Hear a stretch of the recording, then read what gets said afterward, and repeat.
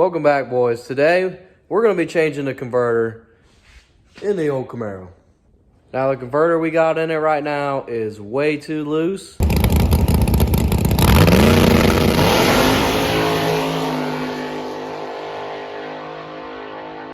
And we have a new one right next to me, a lot tighter, a lot bigger, and I'm really excited to try it out. So before I show y'all what I'm putting in it, let's find out what's in it right now. So this right here is a bolt-through anneal chance converter, stalls to 4500, and it is a nitrous-only converter, just like the one we're putting in. Now, when it's a nitrous-only converter, that means it's a turd-on motor, because it's going to be way too tight. So when you spray it, the car will wake up, and it'll go. So this is what we're putting in it. This is a 3600 stall converter. It's a lot bigger. I think it's an inch bigger than the one that's in it right now in diameter. We'll find out when I measure. But this thing's a lot tighter, and this should wake this car up.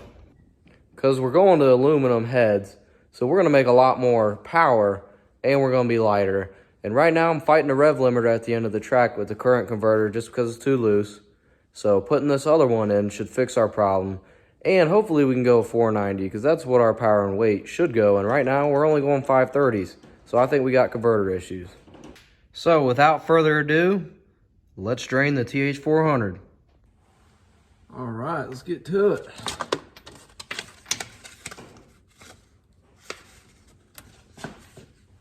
Crack the loose right here.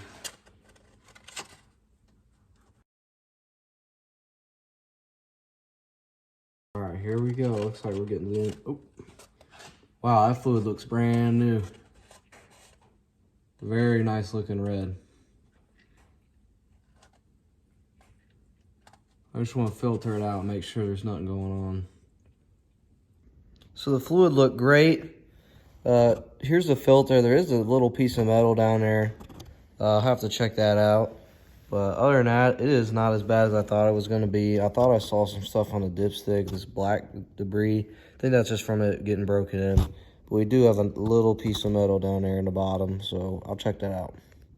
All right, now that we got the fluid drained, and it looked pretty much brand new still. That was like perfect red.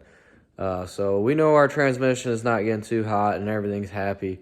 That little debris in there is all good. That's normal to see. But now I need to take out the drive shaft so that we can pull this transmission out. So let's get to that. So just take out these 4 nuts, get the U-bolts out, and this big aluminum drive shaft can come out of here. All right, we got those off. Took me a second. I'm definitely gonna have to tap the threads. They were a lot harder to get off than I wanted them to be. But when I was fixing to put the car in neutral, because I needed it in park to undo those, I was gonna get up there, use the stool right there, and I backed right up into that. Got some trans fluid on my boot, but now I got the shavings right here. I'm gonna have to clean that up and probably find a better spot for this. And I found a little issue when I was trying to remove the U-bolts. It appears that I set the pinion angle with the 4-link bars after I had those in, and now with the angle of this and drive shaft, and there's not, like, this thing cannot move up or back more than probably 1/4 inch.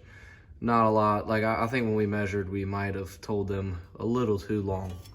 But this can be fixed. I'm gonna take the measurement of these top 4-link bars so I know exactly where they were. Then I'll have to loosen them up and make it so I can get this out just by changing the pinion angle. And after I do that, once this is all said and done, I can put it over on our other rack that's perfectly level, and then I can reset the pinion angle and make sure that everything is good. All right, I got those U-bolts out. All I did was loosen up the top bars so that I could rotate the pinion and let me get these U-bolts out. So now let's get this drive shaft out. All right, we got the drive shaft out. That was fun. It took a lot more work than I wanted it to, but we're probably gonna go back with a shorter one. I don't think that aluminum one's going back in, but got the transcooler lines draining over here. Fluid is very nice red, but yeah, just now we got the drive shaft out. Take out the cross member here. get that tranny jack under there and start pulling the bell housing bolts. But before the bell housing bolts, you gotta do the torque converter, which means take out the damn oil filter. All right, we got the oil filter out, and now it's time to access the torque converter bolts here. Now that Neil Chance converter has a threaded hole there, and then we back it up with a jam nut right there, so really no chance of these coming out. But I got to roll it over, get the 3 out, and yeah, we can start disengaging the trans from the engine. All right, all the bolts are out, and I just got the cross member out. It's right here. Now it's time to deal with those bell housing bolts. All right, we got all those bell housing bolts out. It's kind of hard to show you guys. I'll go up here. All of them are out. Now it's time to yank this trans out. Now I'm gonna have Dad come out here and help me, because the last thing I want to happen is something go wrong. All right. It's all undone. So.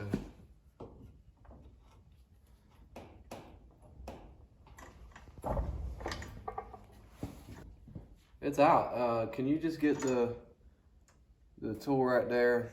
That won't hit the lower. Just gonna make sure we don't hit nothing up front.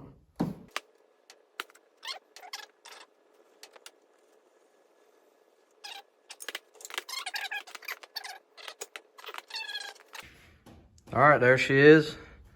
That was pretty easy to get out. Then we had it perfectly set up with the tranny jack, no binding, but now I gotta take this out and get the other one in. Oh, this loose thing is done. Baby converter, super loose. It's time to put her away.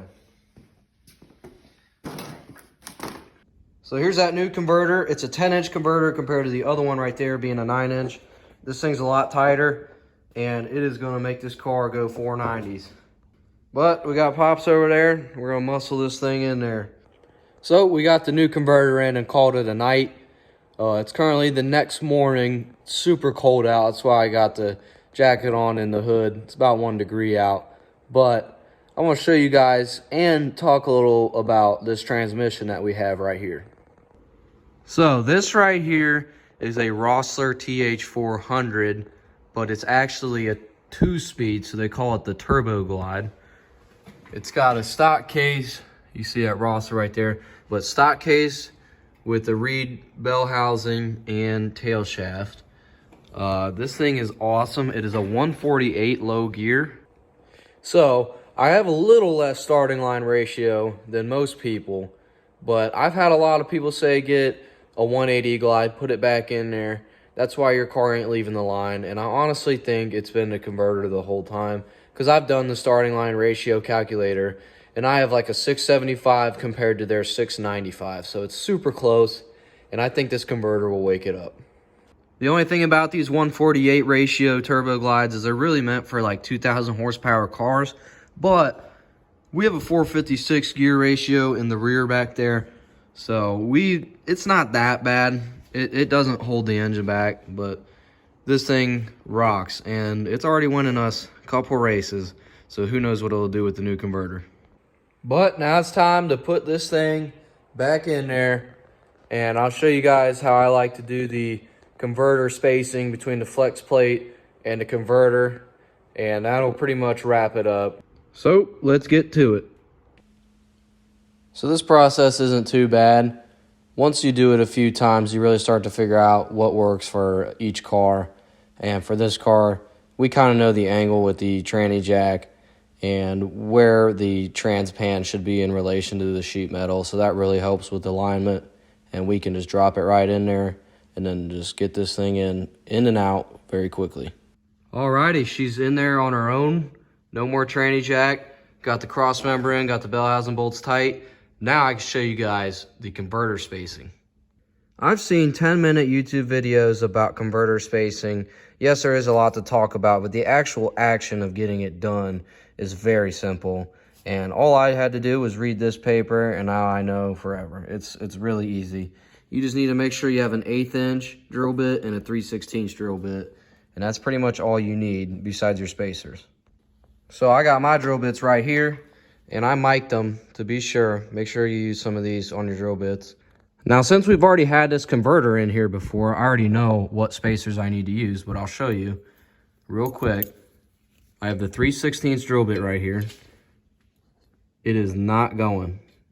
No way that's going in. I got that bolt in there to center this up. So that didn't work. Now we're going to try the 1/8 inch drill bit. So right here, slides right in there. So that just tells us we're right where we need to be. 1/8 inch goes, but 3/16 does not. And that's it. You literally do that on all the holes that you're going to use. Make sure you got that clearance. And since this is a 2-speed, they try to get closer to 1/8 inch. So that's where we're at. So it's perfect. And I cannot wait to try this converter because right at the end of the year, our last race, US 60 in Hardinsburg, Kentucky, we got a 120, 160 foot. So I'll show you guys that video right now.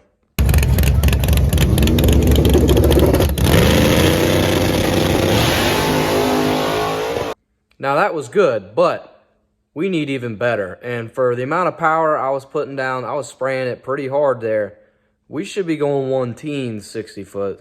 So we kind of started to figure out with new slicks and stuff, but down low, this converter is just not putting the power down. And once this new one we just put in tightens up, and I'm leaving, pretty much going to be leaving on the converter, this thing should just be a wild. Like, hopefully, I got to turn it down because I'm just cranking it up off the line. I'm smacking with it all the nitrous right when I let go of the trans brake, and it's still kind of a turd. So hopefully we can get some more mile an hour on the big end. This thing can only go 130. I don't know why. It's probably to do with the slippage in the converter and all that. But I did a calculation, and the RPMs we're turning and our tire diameter with the rear gear and all that, we should be able to go 140 mile an hour, and 130 is the top. Now, 140 mile an hour, that's easily going to get you a 5.0, which is a lot better than what we got. And I'd like to get that into the 490s. But if we got to change the rear gear, we got to change it. But that's going to make the starting line ratio go down a lot. And it's going to be a lot harder to get this car to move off the line. And as a nitrous car, I need a 60 foot or I'm going to get freaking drove around, just like I did at Pacemakers.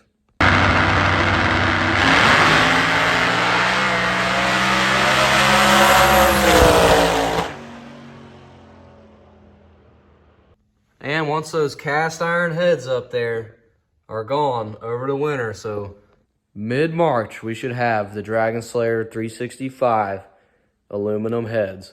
So we're going to lose a lot of weight off the front, and we're making a lot more power.